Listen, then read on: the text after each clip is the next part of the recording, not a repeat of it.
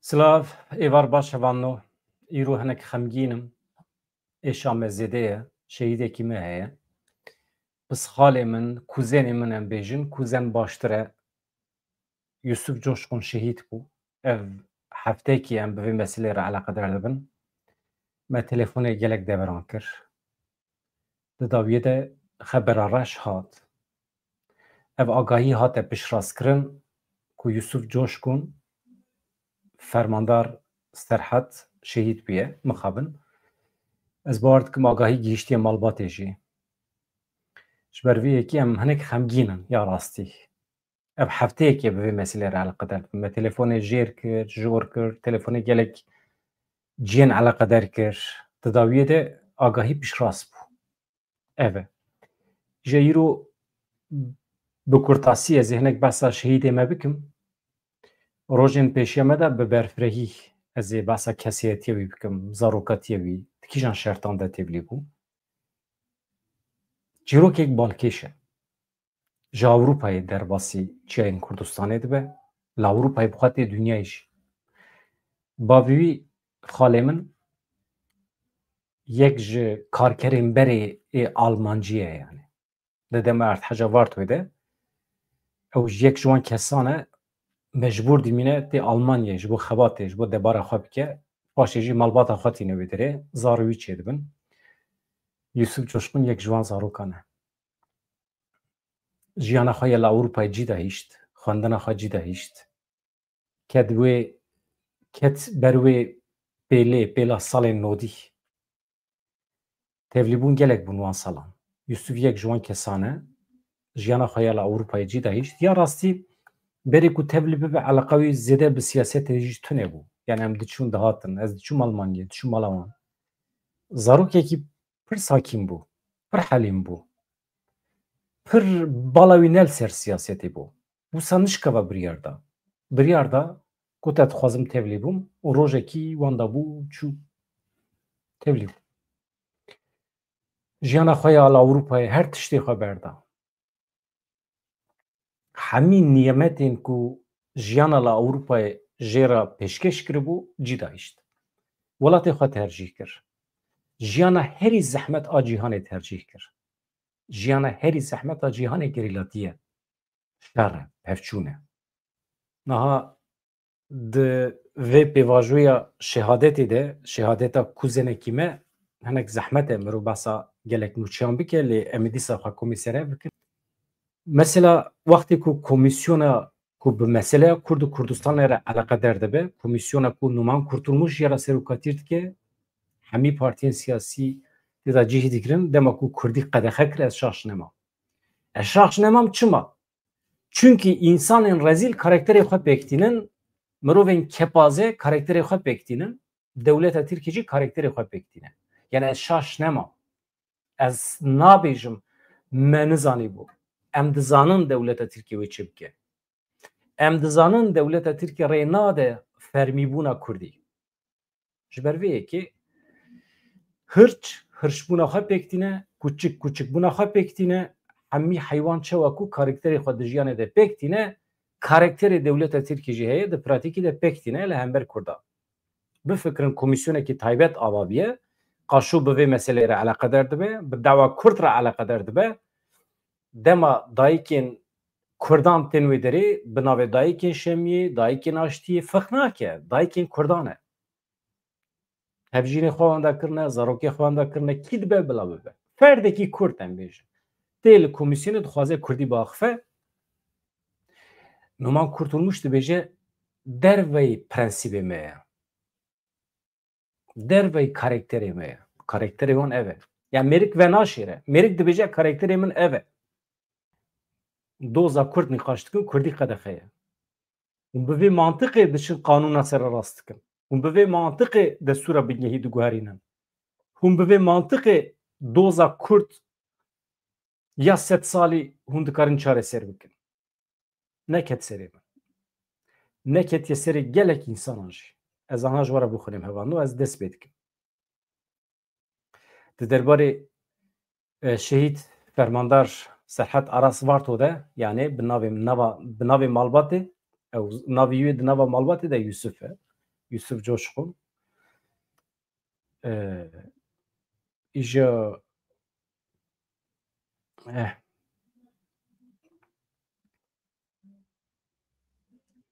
روش به وی شکلی از همه جواره بکنیم هوانو سازی زمان کردی تقص کردن که حتی زمان کردی نبه زمان فرمی حتی که کردی نبه زمان پروردهیه آشتی پک نایل ترکیه کمیسیون هفگرتن نتوی دو لدایک ناشتی و دایک شمیه گدار کرد دایک من نزاعت تکه و رابیا کران خواستن به کردی باخفن لبلی سروکی پارلمنتوی ترکیه نمان کرتولموش دستور ندا جدو و پر کسان ev helvesta parlamenta Türkiye helvesta numan kurtulmuş rehne kirin, şermezar kirin.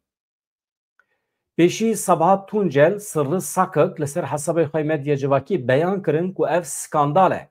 Komisyona ku qaşo mesela Kurd hal dike destur nade axaftina bi Kurdî. Ev çewa mantık e. Saziyên zimanê Kurdî bi daxuyaniyekê hevpar helvesta serokê parlamentoya Türkiye şermezar kirin. Di daxuyaniyê de ev helwest wekî înkar weke bêtehemmülî hate binavkirin. Teqez kirin ku heta zimanê Kurdî nebe zimanê fermî û perwerdeyiyê aştî pêk nayê. Îro nebe wê kengê ve dibêje saziyên Kurdî. Saziyên zimanê Kurdî di daxuyaniya xwe de pirsîn. Madem ki ev komisyon bi îradeyekê çareseriyê civiyaye, ev karesat çi ye? Ev skandal çi ye?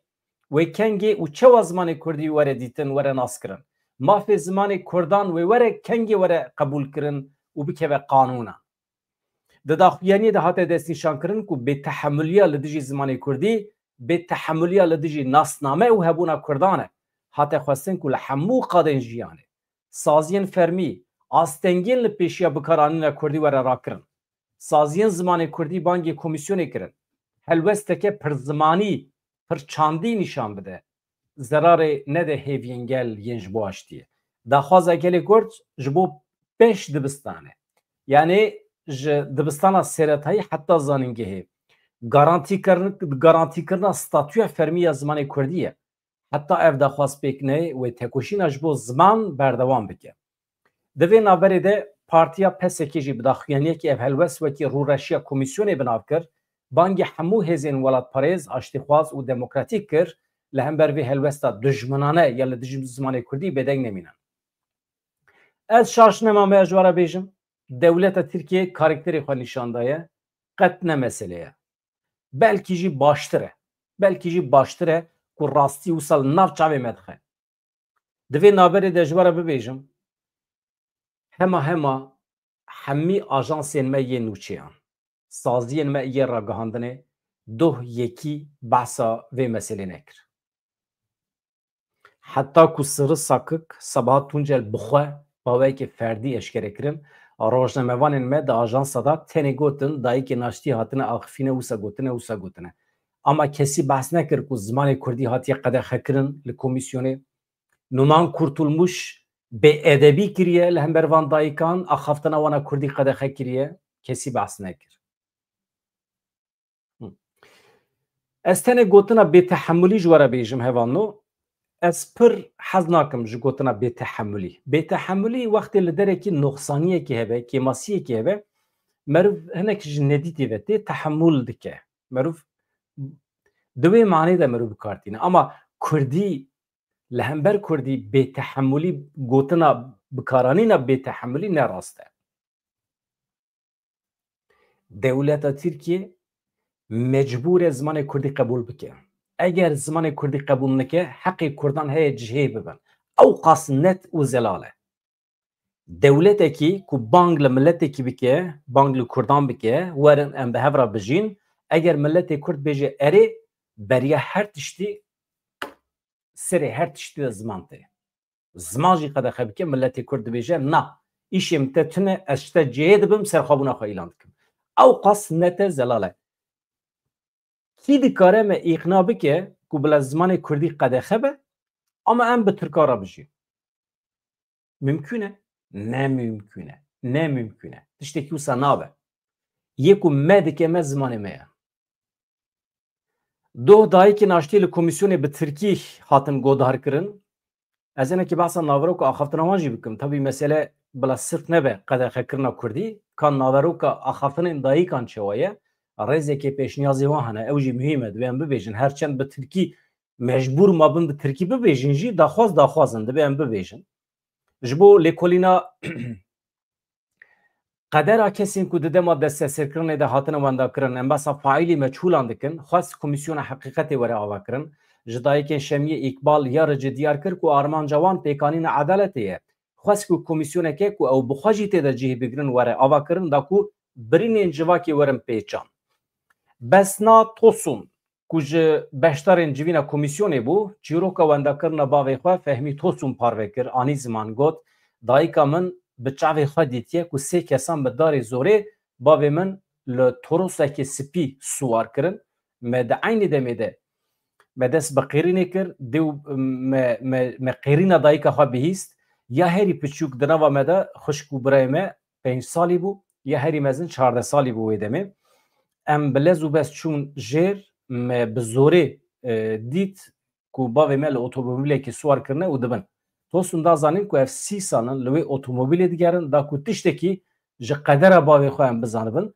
lê hewdanên wan yên hukukî tuencam bi dest nexistiye hemû saziyên dewletê desteserkirina binçavkirina bavê me înkar kiriye Besna Tosun piştre jî daxwazên hevbeşiyên dayîkên Şemiyê anî ziman hinek ji wan evin daxwazên dayîkên Şemiyê çi ne em 1 2 3 4 rêz bikin bila biryarên dadgeha mafê mirovaniya Ewropayê û dadgeha destûra bingehîn bêne bi cîhanî bila qedexeya keyfî ya li ser qada Galatasarayê bi dawî bibe ku em bikaribin biçî wê dirê çalakiyê xwe pêk bînin bila ji bo lêkolîna wendayiyên di dema desteserkirinê de komîsyona heqîqetê were avakirin bila dewlet berpirsyariya xwe ya di sûçê wendakirina mirovan de qebûl bike bila çarenûsa kesên di dema desteserkirinê de hatine wendakirin bê eşkerekirin cenazeyê wan radestî malbatê wan were kirin bila kiryar berpirs werin cezakirin edalet pêk were bila ji bo ku kiryara wendakirinê weke sûçekî li dijî mirovahiyê were qebûlkirin û cezakirin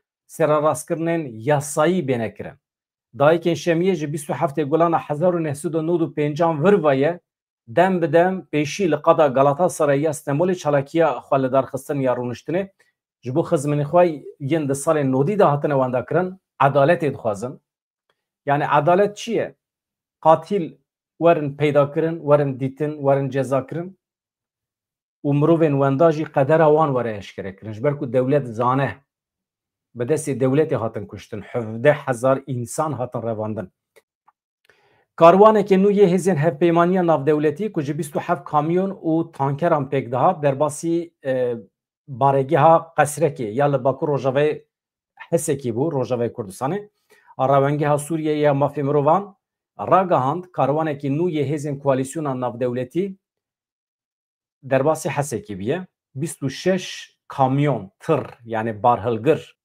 li gorî aynî çavkaniyê hevpeymaniya navdewletî di çarçoveya şandina alîkariyên leşkerî û lojîstîkî de ji bo qeyîmkirina baregehên xwe yên li Rojavayê Kurdistanê di domîne hevdê tebaxê jî balafireke barhilgir a leşkerî ya hêzên koalîsyona navdewletî li baregeha leşkerî ya Şedadê li gundewarê başûrê Hesekê daketibû barên leşkerî û lojîstîkî ji bo bihêzkirina baregehê anîbûn jêr teslîm kiribûn Di vê naberê de hêzên koalîsyonê piştî vekişînê cara yekem derketin dewriyeke leşkerî ya koalîsyona navdewletî ku ji 5 wesayîtan pêk dihat li gundewarê Bakurê Dêrê Zorê li herêma di navbera bajarokê El İzbeh û kargeha Gazê ya Kanîkoyê de geriya bûn di heman demê de helîkopteran jî li esmanê herêmê firînên xwe pêkanîn bi vîya wê dewriyê geriyan hevan do ez anha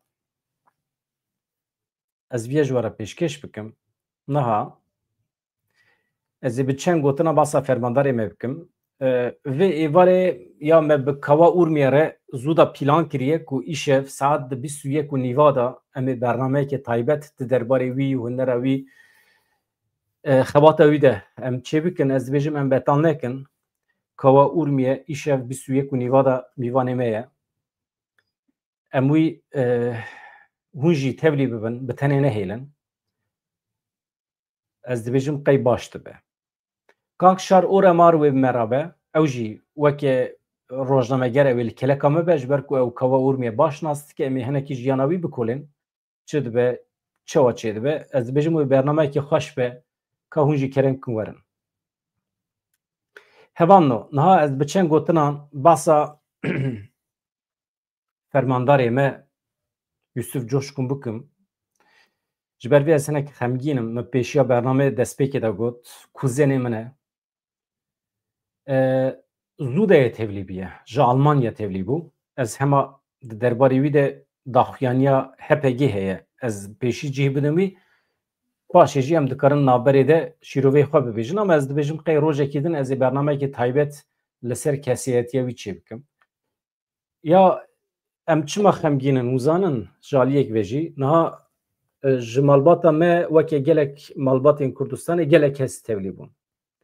Di salê nodî de wekî îro künye pir zû nedihatin eşkere kir. Piranî gelek gerîla hene qedera wan nayê zanîn.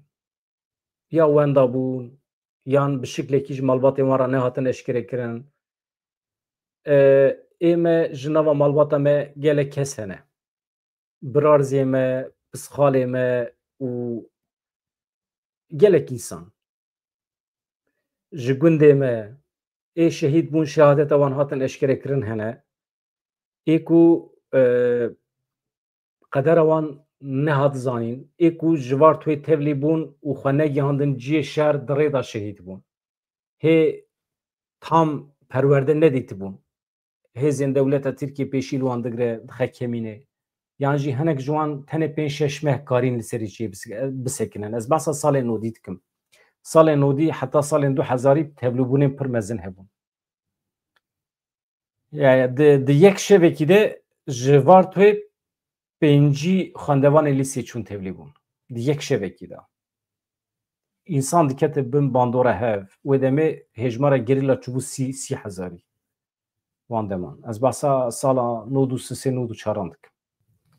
Hêzên parastina gel HPG beyan kir ev daxuyaniya HPG hevrê me serhat bê navber têkoşiya bi hunera xwe ya fermandariyê mîrateyekê têkoşînê ji me re hêj ku nayê ji bîr kirin. Daxuyaniya navenda ragihandin û çapemeniya ya HPG bi vîya we ye. Hevalê me hevrê me Serhat Aras Varto Yusuf Coşkun zivistana sala 2020 li herêma Kato Jîrka li qeda botanê nexweş ket. Li gel hemû hewldanan jî nekarî were rizgar kirin ji nexweşiyê nefilitî. Di 26 Adara 2021 de jî şehîd bû. Em fermandarê xwe hevrê Serhat behez kirin, bi hurmet, bi minnet, bi bîr tînin. Hevan bi qasî ku min agahî girt di sala 2021 de di encama êrişên dronên dewleta Tirkiye de şehîd bûye. Bi qasî ku me ji ciyê cihîn agahî wergirt bi vî şiklî ye. Bawer dikim pêşî birîndar dibe wisa xuya ye. Hevrê me Serhat mînakeke bijarte bû. Di şexsê xwe de berxwedana dîroka nêz ya gelê me temsîl kir. Jiyana hevrê me Serhat dîroka Kurdan e ku li hember zexta dijmin hewldanên avakirina jiyana azad û bi rûmet bi berxwedana xwe carekê din ciyê xwe di nava rûpelên dîrokê de girt. Jiyana hevrê me Serhat di heman demê de nîşaneya hesreta bi welêt dilsoziya bi cewhera xwe û têkoşîna divê oxirê da ye. Di demekî de ku bi dê hezaran mirov ji bo jiyaneke rehet ji warê pîroz Kurdistanê direviyan wî bi eşqa welêt a di dilê xwe de berê xwe da çiyayên Kurdistanê. Hevalê me hevrê me Serhat ku fedayîtî zû nas kir lêgerina xwe ya li jiyana biwate li serê çiyayên botanê da dest pê kirin. Li gel yên bihiştî yên gabarê dewam kir. Duristî, samimiyet, sadebûn, ketkarî, jîhatîbûn di keseyetiya xwe de şêmber kir. Bi rengê derwêşane jiyana xwe dewam kir. Hevalê me hevrê me Serhat ku di jiyana xwe de fedayî bû, ev taybetmendiya xwe heta dawiyê jî parast. Di dilê hevalê xwe de hemiyan de jî cihî kirt. Hevrê me li pêşiya têkoşînê tu astengî qebûl nekir. Di serî de malbata hêja ya hevrê me Serhat em sersaxiyê ji gelê xwe Kurdistanê yê welatparêz re dixwazin. Agahiyên li ser nasnameya hevrê me Serhat Aras Varto heye bi vî şiklî ye. Ji xwe em sersaxiyê ji tevahî malbatê re dixwazin, em jî li vê derê û di demekê nêz de em ê biçin malbat, em ê li hev kom bibin. Em ê hin tişta safî bikin. Em ê hin tişta safî bikin. هن خیر نخواز هنه اما ام صافی بکن مسئله ev mesele me vartwîne. Nasnav Serhat Aras Varto bi navê di nava malbatê de Yusuf Coşkun ciyê ji dayîkbûnê Almanyayê dayîk û bavê wî Dilşah Mehme Etîq e me digo xalê Etîq paşê çû heç bû Hecî Etîq. Hecî Etîq Coşkun wefat kir. Dem û ciyê şehadetê jî 26 Adarê sal 2021 Kato hatiye nivîsandin. Hevan ez hema bi vî şeklî ez hinek din bînim ez ê rojekî din di derbarê wî de hinekî berfirehtir hin agahiyên bidim we ez dibêjim qey wê baştir be mesela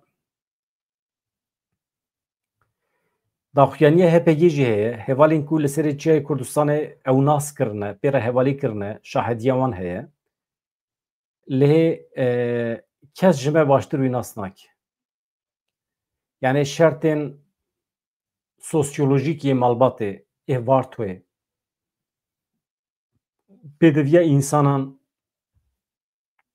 pêdiviya însanan çawa bi azadî heye însan çawa birçî û tiyê azadiyê ne ez hema vê jî bînim ser ekranê ji bo bîranîna wî heqeten paşê jî ez deqekî ez awisa bînim ser ekranê hûn jî nêz ve bibînin hevano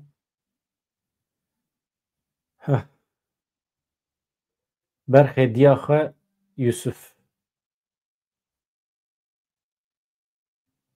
li kêleka Duran Kalkan bi vî şeklî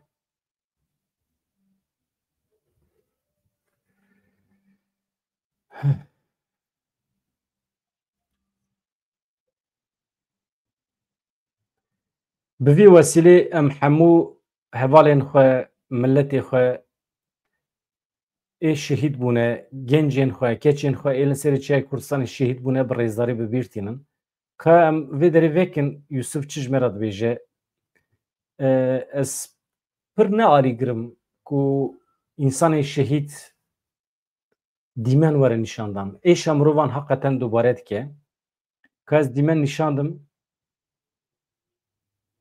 ji me re çi dibêje Navê min Serhat Varto ye. Bi navê rastî Yusuf Coşkun e. Li Avrupayê Westfalya'ya dayîk bûm, Almanya. Di 2003 payîzê ez tevlî refê gerîla bûm. Tevlîbûna min li Qendelê çêbû. Ez demekî Kurd li Qendelê mam. Meheya 2005 payîzê ez li Qendelê mam.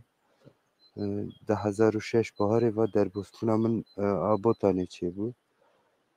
Li Botanê jî düzenlema me li Gabarê çêbû. Demekî dirêj em li Gabarê mam. Piştî wî hatina me perwerdê a akademiyê çêbû. Daha pir yani di vê noktê de hatina me işte akademiyê çêbû. Akademiyê de perwerda me dîtibû daha pir ser esasê işte paraznama bû. Bi wî ve girêdayî kêmasiyekî di pratikê de jî derket sorgulamakirin jî çêbû. Yani di vî noktê de tabii ji ber ku demekî dirêj di pratikê de mayîn çêbû wisa sîstematîk eğitimekî di çerçeva paraznama de dîtin çê nebû. Belkî wisa bireysel xwendin çêbûbû an jî işte em bêjin bi komên piçûk wisa perwerde jî hat dîtinê ama wisa sîstematîk perwerdekî dîtin çê nebû. Li vê dere wisa bi taybet wisa him yani bi komekî mezin eğitim dîtin çêbû. Him jî bi wî ve girêdayî işte sîstematîk eğitimekî dîtin çêbû. Ev jî tabii ki di pir noktada xwe sorgulama bir xwe sorgulamakirinê de taybet mêzekirina dîrokê, destgirtina dîrokê û bi wî vegirê de işte civak, li ser civakê işte terîbatê hatine çêkirin. Di nava civakê de jî însan şexsiyetekî di însan de, zihniyetekî di însan de hatiye avakirinê pir noktada wisa yani lêhûrbûnekî çêbû ev yani xwe destgirtin, pratik destgirtin bi wî vegirê de işte tabii ki kêmasî hatine kêmasiyê derketine sedem û nedenê kêmasiya di wan noktada pir yani pir noktada hate yani derket zanebûnê. Jiyanek bêş e ez sebrê dixwazim ji malbatê re ji temamê gundiyê me re ji cemaata Vartoyê re sersaxiyê dixwazim. Ez hêvî dikim ku demekî kin de şer pevçûn bi dawî bibe, aramî, huzûrî were welatê me, armanca şehîdên me pêk were, Kurdistanekî azad, serbixwe, em milletê xelkê nebin, em milletê van meclîsên Tirkan nebin, em lavê wan nekin zimanê me qebûl bikin, qebûl nekin. Çi îşê me heye? Em milletek serbilind in, em milletekî qedîm ê rojda te navînin. Derdê me ku em lavê xelkê kin tune ye. Em li welatê xwe serbilindî dijîn, bes kes bila daxilê nava karê me yê navxweyî nebe. Hevano ez xatir ji we dixwazim saet di 21 de Kawa Urmiye, Kakşar Oramar her du tên. Êdî Kakşar Oramar ne mîvan e, ew jî êdî weke xwediyê bernamê ew ê birêve bibe, piranî ew ê birêve bibe. Kawa Urmiye ew ê bersiv bide. Ew ê ji me re çend stranan jî bibêje, behsa berhemê xwe bike. Paşê ez xatir ji we dixwazim ez heqeten îro hinekî xemgîn im, pir naxwazim dirêj jî bikim. Ez hêvî dikim hûn min fehm dikin. Xatirê we silav.